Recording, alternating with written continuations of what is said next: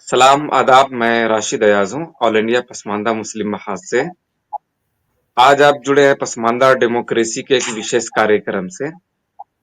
All India Pasmanda मुस्लिम महाज और Pasmanda democracy मिलकर एक साक्षात्कार श्रृंखला कर रहे हैं, जिससे हम आपसे अनुरोध करते हैं कि आप हमारे इस कार्यक्रम का समर्थन करें और इसे अधिक से अधिक लोगों तक पहुंचाने में हमारी मदद करें।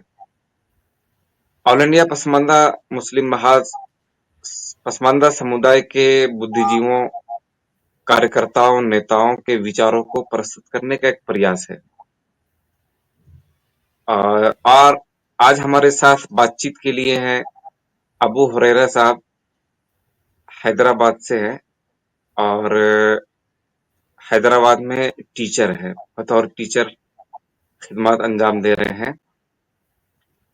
अबू हुरैरा साहब, आपसे शुरुआत करते हैं। आप मऊ में बड़े हुए, आप अपने बचपन और अपनी परवरिश के बारे में कुछ बता सकते हैं? जी, बहुत शुक्रिया आपका। जी।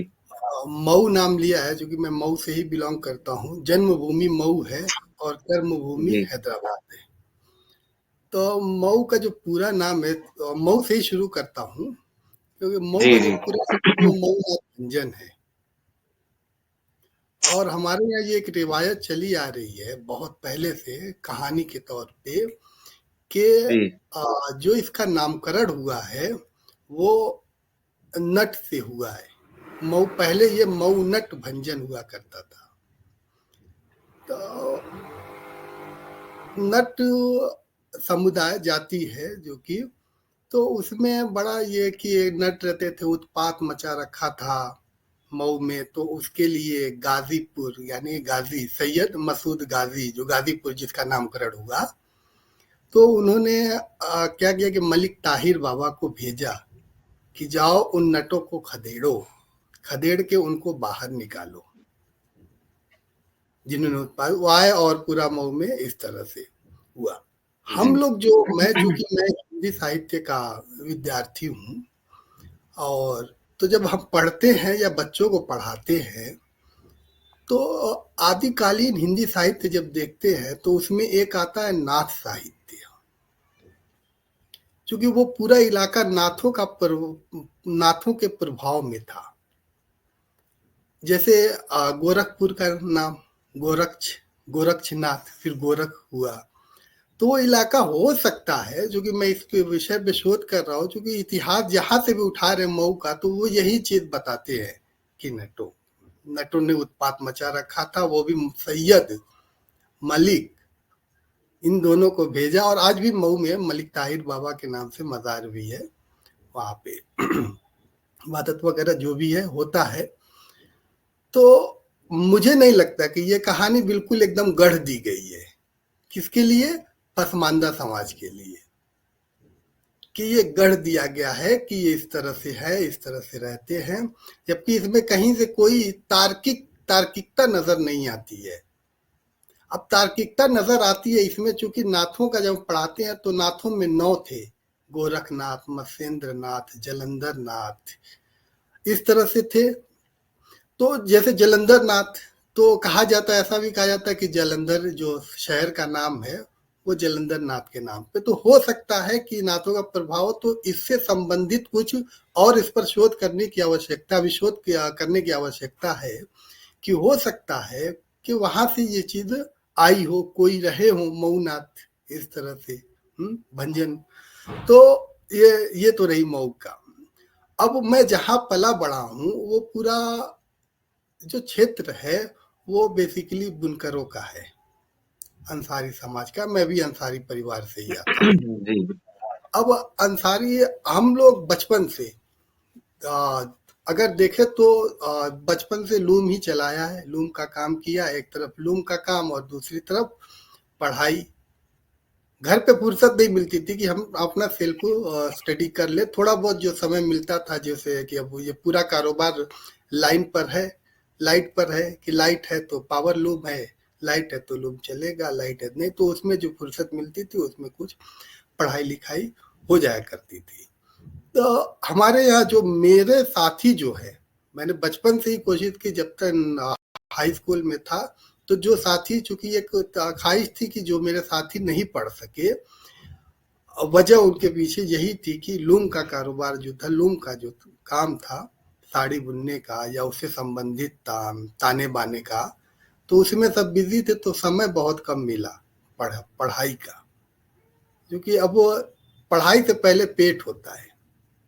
जी। पेट पेट होता है, पेट आपसे को, और अगर पेट का सवाल है तो फिर उससे बड़ा सवाल कुछ नहीं हो सकता। तो पहले पेट को देखना है।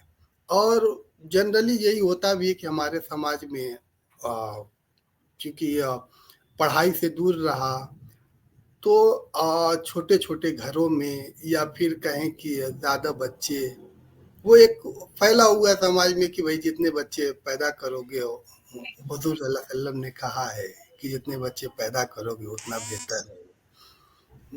जबकि बच्चों का की परवरिश का जो सवाल है वो नगण्य रहता है, गायब रहता है। तो इस तरह से हम लोगों ने बचपन में अपने साथियों को, मैंने कोशिश किया कि जब भी ये कभी बाहर जाए तो कम से कम कुछ पढ़ निकले, तो उनको मैं ट्यूशन भी देता था कि चलो आ जाओ, शाम में जो समय मिलता था, 10 बजे से स्कूल होता था, 4 बजे आते थे, 4:30 बजे साथी बैठे इंतजार कर रहे हैं पढ़ाना। फिर उसके बाद रात में 9 बजे, उस वक्त लाइट आती थी, 5 से 9 की कटौती होती थी, तो 9 बजे से अपना लूम चलाना, रात में 1:30 बजे 2 बजे तक लूम चला के फिर सुबह उठना, वही आंख मलते हुए फिर भागना स्कूल, यही रूटीन रहा है। और इसी तरह से साथ साथ बढ़े हैं आगे। जी। जी, अबू हुरैरा साहब, आपके वालिदैन ने आपकी तालीम और करियर के चुनाव में क्या भूमिका रही है? मैंने अभी बोला कि पेट का जो सवाल है, पेट काटा है, ये जी। मेरी उन्होंने पेट काट के पढ़ाया है। और ये सिर्फ मेरी कहानी नहीं है, जो भी बच्चे हैं सबके साथ, जो भी बुनकर समाज का बच्चा है सबके साथ यही है, जिनके घर में लूम का कारोबार है। क्योंकि आप जानते हैं कि लूम का जो कारोबार दिन ब दिन एकदम ठप होता जा रहा है। मजदूरी के नाम पे बस अब धीरे धीरे बंद ही हो रहा है, लूम एकदम खत्म ही हो रहा है हमारे यहाँ से। तो ये वालिदैन चूंकि वो, उनके पास तजर्बा है, उनको सूझबूझ थी कि आगे ये कारोबार जाएगा नहीं, और इससे बरक्स और इसके अलावा और क्या कर सकते हैं। तो बहुत कोशिश की कि मेरे और भाई भी है, सबको कोशिश की पढ़ाने की, और पढ़े भी माशाल्लाह। मुझे स्पेशली ये कहा गया कि तुम पढ़ोगे और तुम्हें पढ़ना ही है। अब मैं, आपको यकीन करें या ना करें, कि मैं अपनी खानदान में वाहिद एक ऐसा हूँ जो डॉक्टरेट की डिग्री हासिल की है। और वहाँ हमारे यहाँ से अभी फिलहाल का यही है, हाल यही है फिलहाल में, कि अधिकतर जो बच्चे हैं वो या तो अरब की तरफ जा रहे हैं मजदूरी करने, या जो बहुत इंडिया में हैं तो वो जाते हैं कहीं पे रिक्शा चलाना, या कहीं पे होटलों में काम करना, बर्तन धुलना, यही सारी चीज़ें हैं।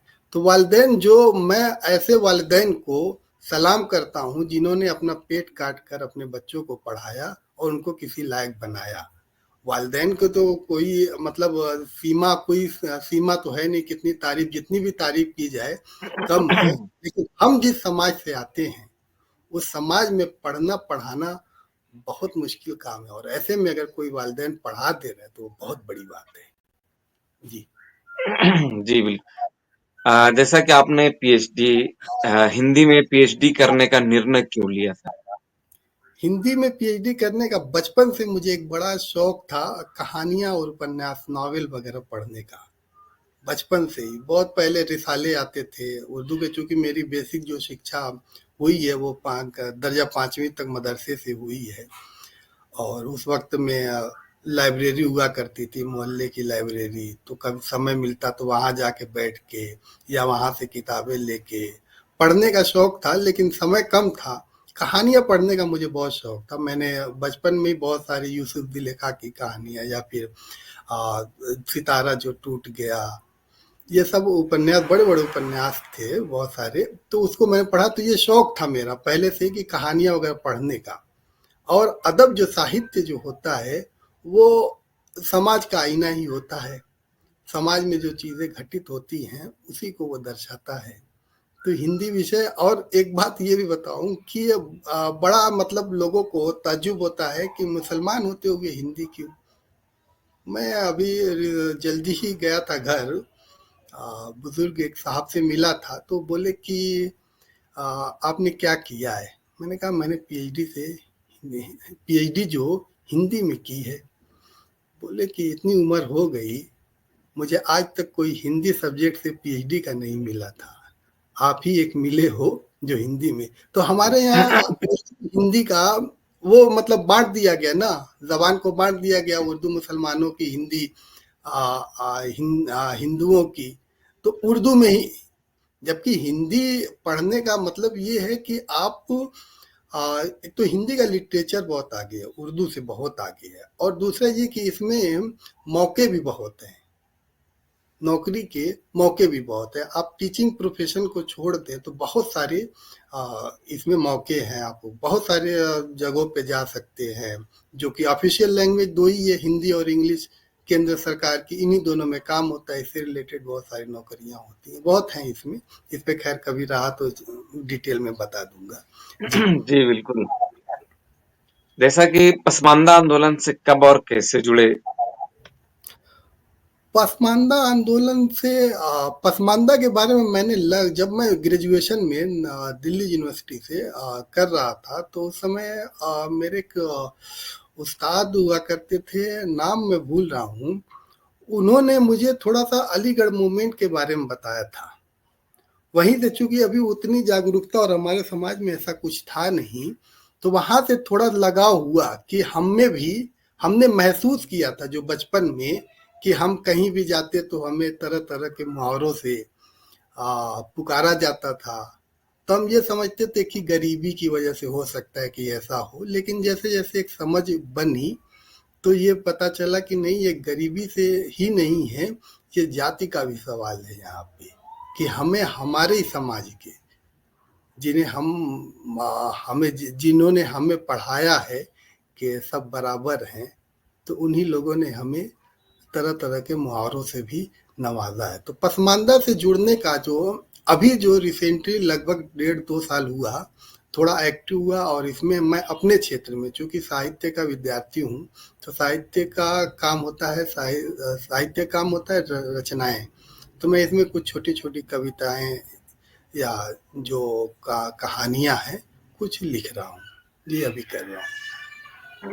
जी बिल्कुल सही। पसमानदा समुदाय के सामने आने वाली प्रमुख चुनौतियां क्या हैं? इस पर अपनी बात रखें। पसमानदा एक तो मैं समझता हूँ कि पहले इस जाल से निकल जाएं, जो भ्रम का जाल बुना गया है कि इस्लाम जो है भाईचारे का पैगाम है। ठीक, लेकिन अगर है, समानता की बात है, तो फिर हम में क्यों नहीं, हम में क्यों कोई अंसारी है, कोई खान है, कोई सैयद है, कोई नट है, कोई रंगरेज है। हुआ इसका, तो इसको ऐसे समझ सकते हैं, अशराफ मतलब जो वर्ण व्यवस्था के आधार पे, कि हम उसको उच्च जाति वाले समझ सकते हैं। अशराफ मतलब दलित समझ सकते हैं, अजलाफ मतलब जो महादलित है, उनको हम इस तरह से आसानी से अगर समझना है तो इस तरह से समझ सकते हैं। अब चुनौतियां जो है, अब मुसलमान, अधिकतर मुसलमान में ये जागरूकता है ही नहीं कि ये अशराफ, अजलाफ या अजाल क्या होता है। तो सबसे पहले तो चुनौती जो सबसे बड़ी है, हमें जागरूक करने की, कि लोगों को ये बताया जाए। और जो जितने भी लोग हैं, जितनी भी उर्दू में तो शायरी वगैरह का बहुत चलन है, शायरी वगैरह कर रहे हैं, तो वाशिंग माशूक की ठहरी हुई है।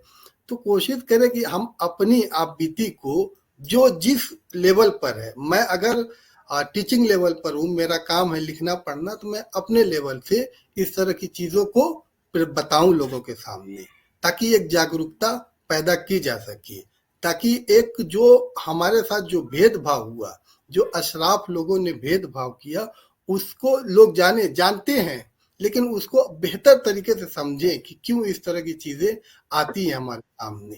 हमने बचपन में देखा, हम जिस समाज में हैं, जिस सोसाइटी में, मैं मऊ की बात कर रहा हूँ, जिस सोसाइटी में है वहां पे हम सबसे नीचे हैं। यानी जो दलित समुदाय हम अगर उधर से गुजरते थे तो अगर वो कुछ कर रहे हों तुरंत छिपा लेते थे और क्या कहते थे कि ये जल्दी छिप जाओ, जल्दी खाना खा रहे हो या कुछ भी कर रहे हो, छिप जा, जुलावा आ रहा है। मतलब हम उनसे भी नीचे। और ये चीज हम लोगों में ये चीज जागरूकता ही नहीं हुई कि चलो हम, वो लोग कहे, हम लोगों को कह दिया तो हमने भी उनको पलट के दे दिया।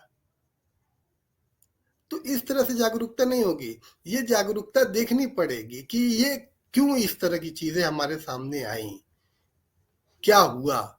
अब मैंने शुरू में ही आपको एक चीज बता दी थी। अब लोग इसी भ्रम में हैं कि अब मलिक ताहिर बाबा को आज पूजते हैं, मलिक कासिम को आज पूजा जाता है, उनकी मजार है वहां पे। तो उस और नट को उत्पात वो असर आज भी आपको दिखेगा मऊ में कि नट बड़े खतरनाक होते हैं, इनसे बच के रहना, रात में गए तो आपको मार देंगे, या कोई घटना हो गई तो उसको नट को ही जिम्मेदार ठहरा दिया जाएगा।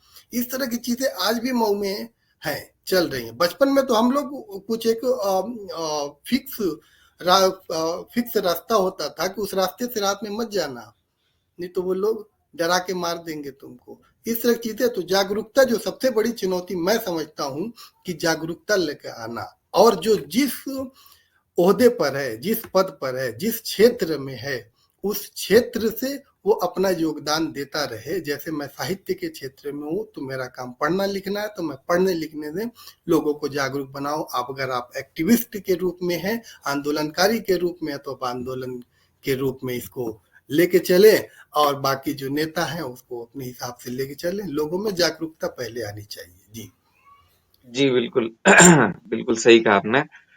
आप अपने अध्यापन कार्य के माध्यम से पसमानदा समुदाय की कैसे मदद कर सकते हैं?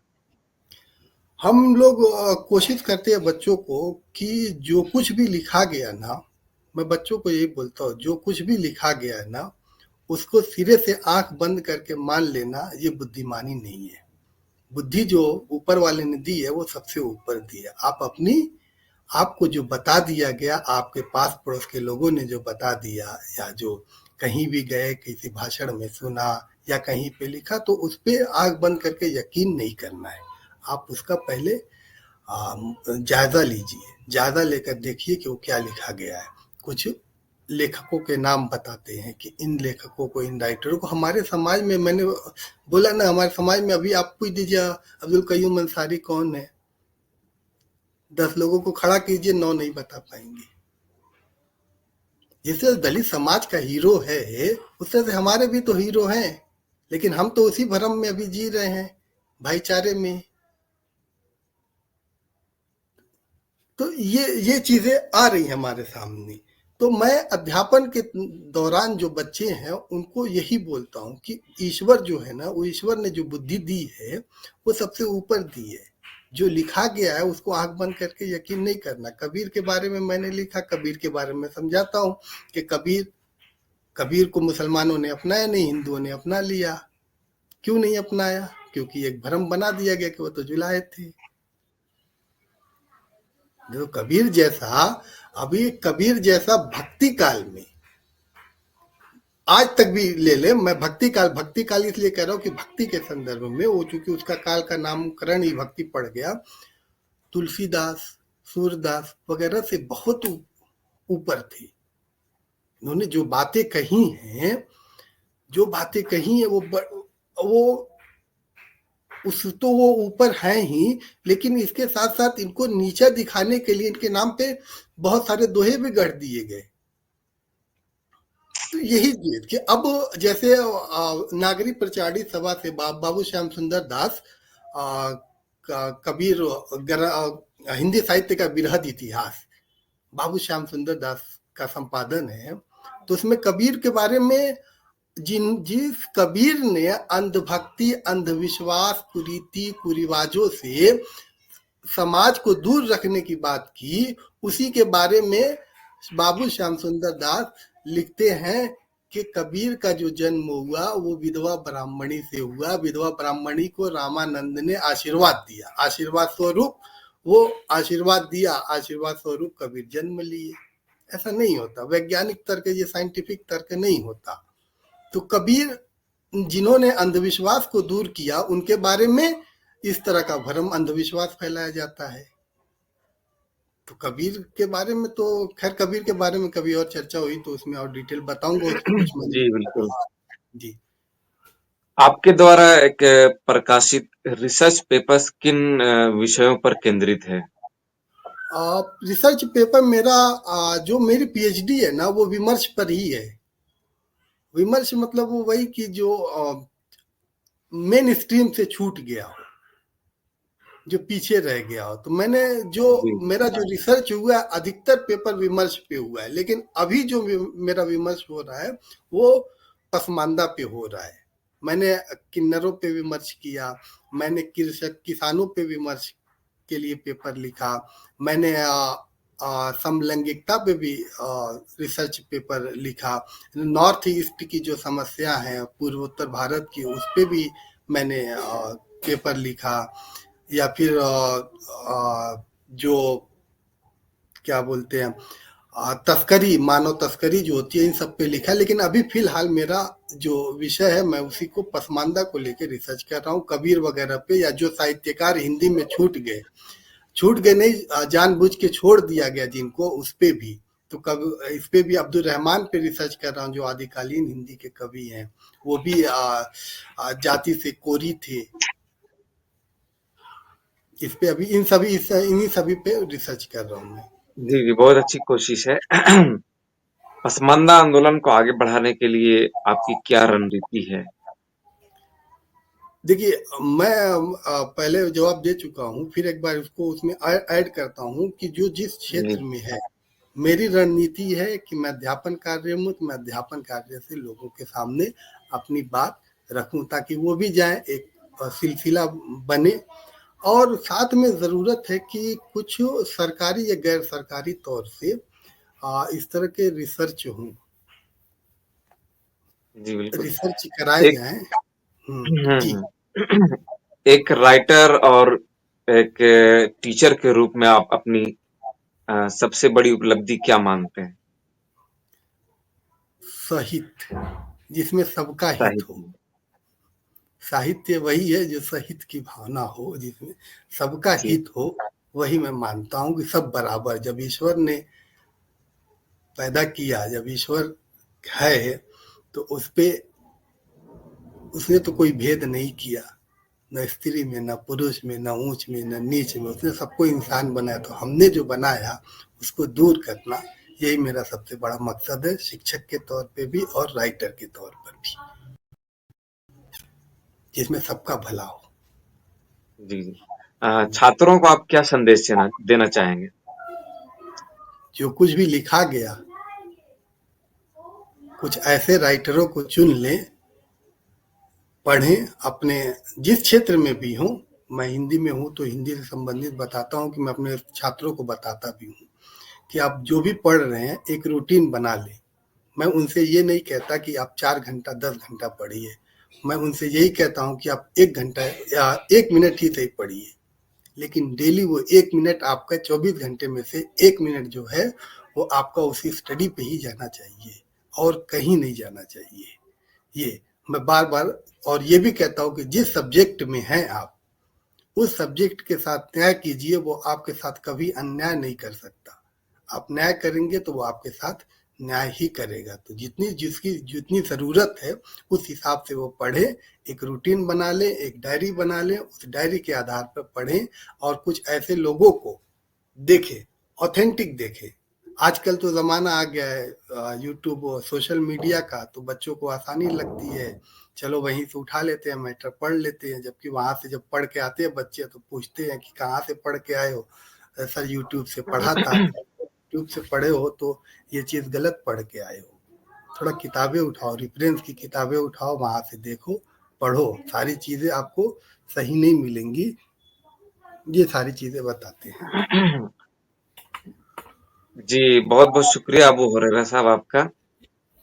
नाज़रीन से भी मेरा कहना है कि आपका भी कोई सवाल हो तो आप हमें कमेंट बॉक्स में मैसेज करें। हम आपके सवाल पर भी हम इंटरव्यू करेंगे। और अबू हुरैरा साहब आपका बहुत-बहुत शुक्रिया, आपने अपना कीमती वक़्त निकाला ए, और एक इसी तरह आप जी, 1 मिनट का और समय अभी मैंने जो कुछ एक छोटी सी कविता लिखी थी, अगर इजाजत दे तो उसको मैं जी अ, बिल्कुल। पढ़ दूं। जी, और सुनिएगा। ये जो जी, किनारे पर बसी बस्ती है, ये जो किनारे पर बसी बस्ती है, धब्बे की तरह शोरोगुल में डूबी हुई, जिसके अंदर का शोर नहीं सुनता कोई। यह मोहल्ला है कारीगरों का, हाँ उन्हीं गरीब जुलाहों का, जहाँ के तंग घरों में उनके परिवार का हर सदस्य बुनी साड़ियों की तरह है, जिनका मूल्य आहिस्ता आहिस्ता गिरता ही जा रहा है, और छूट रही हैं सभी आशाएं। ये अभी जल्दी मैंने कविता लिखी थी। बहुत अच्छी कविता है आपकी। शुक्रिया, जी, शुक्रिया। इसी तरह आप कविताएँ आप लिखते रहें। आपका बहुत-बहुत शुक्रिया। जी, बहुत शुक्रिया।